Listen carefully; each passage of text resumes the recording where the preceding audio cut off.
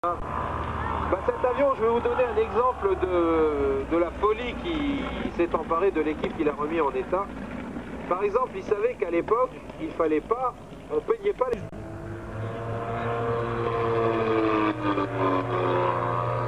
Alors que le Nieuport 28 à moteur rotatif, c'est un des 9 moteurs rotatifs du monde et celui-là est basé en Angleterre. Quand vous entendez le bruit du moteur qui change, c'est simplement que c'est un moteur qui est impilotable. On ne réduit pas l'avion. Que par exemple l'enduit était passé avec des brosses de 12 cm en poil de marbre ou de je ne sais quoi.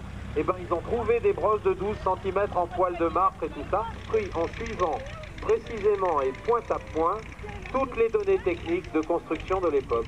Résultat, ce SPAT 13 qui est en train de rouler devant vous, qui est en train de regagner le parking, eh bien, est très exactement comme il était à l'époque. On peut même dire que ça n'est plus une réplique, ça n'est pas une reconstruction, c'est un SPAT 13 supplémentaire qui a été fait, qui a été ajouté à la série. C'est donc le numéro 4377 des SPAT 13, fabriqué chez Kellner en février 1918 et remis ici en état avec le Memorial Flight du musée de l'air. C'est donc, disons, une fraction, un sous-groupe rattaché au musée de l'air qui s'est donné pour but de remettre en état de vol bien sûr et de faire connaître et faire voir des machines du musée de l'air mais qui soient refaites comme il se doit par les deux SE5 traditionnels.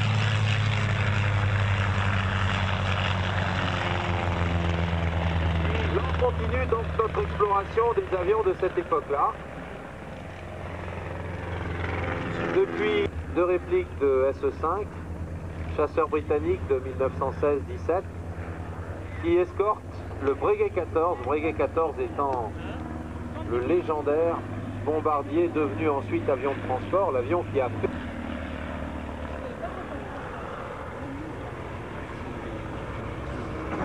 et qui désormais fait le plan de la Ferté-Alais, et derrière lui Jacques Crine à bord de l'Albatros de la Ferté-Alais.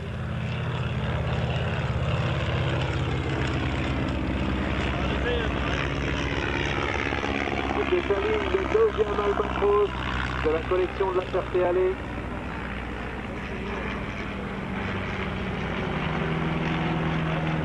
On va revenir donc un peu à ce Breguet 14 peint en jaune serein, en jaune paille.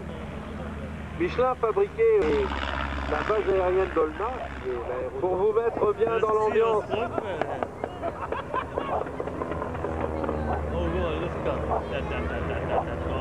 Pour vous mettre complètement dans l'ambiance de ce qui se faisait à l'époque, eh bien, on a fait bien entendu appel aux artificiers de la maison. Et c'est parti pour le dogfight habituel entre SE5, Albatros, Breguet 14.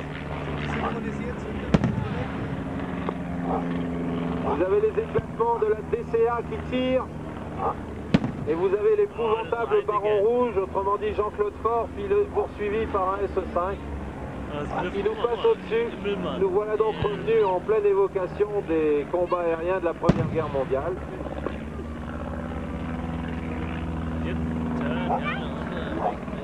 Alors que le Breguet 14, une fois sa charge de bombes larguée, se dépêche bien évidemment de revenir au sol.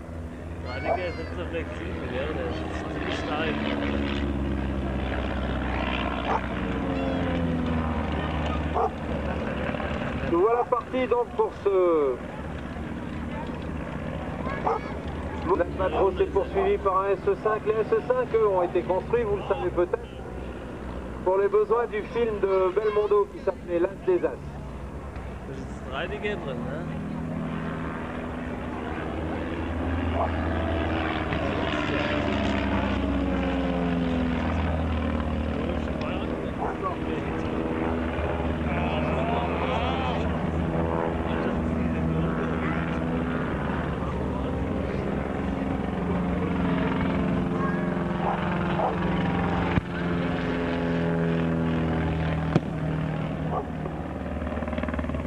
Avion pas facile à piloter, c'est Jean-Claude Faure qui le pose. Voilà, ça rebondit 2-3 fois et puis c'est tout bon.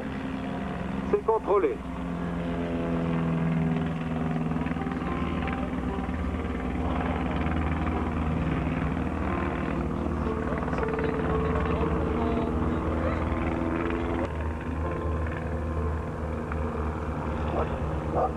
On pose un deuxième albatros.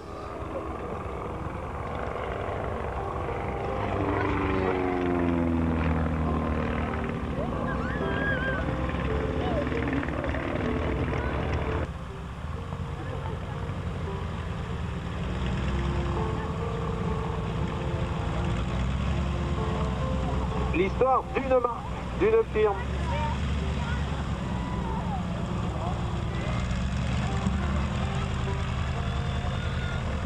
Alors on vous les a tous alignés, un rugbyman, ni un tennisman, pardon, un tennisman mais un rugbyman.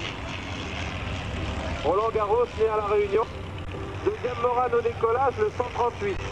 Le 138 c'était l'Alpha Jet, disons, des années 20. Le meilleur avion de voltige français du début des années 30, le Morane 230 avait construit une usine à Tarbes dans les années 38-39 qui devait devenir l'usine de production des chasseurs de les séries de Morane Vano qui étaient des biplaces d'entraînement à la chasse, à hélice.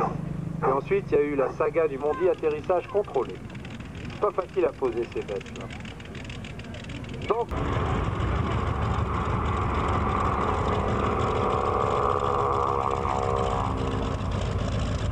un beaux avions, des nouveaux avions. Encore qu'il y en a qu'on a déjà vu l'an dernier.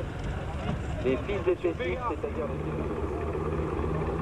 Monsieur Bugat qui est dans l'aile de Monsieur Terrasson avec Monsieur Donon.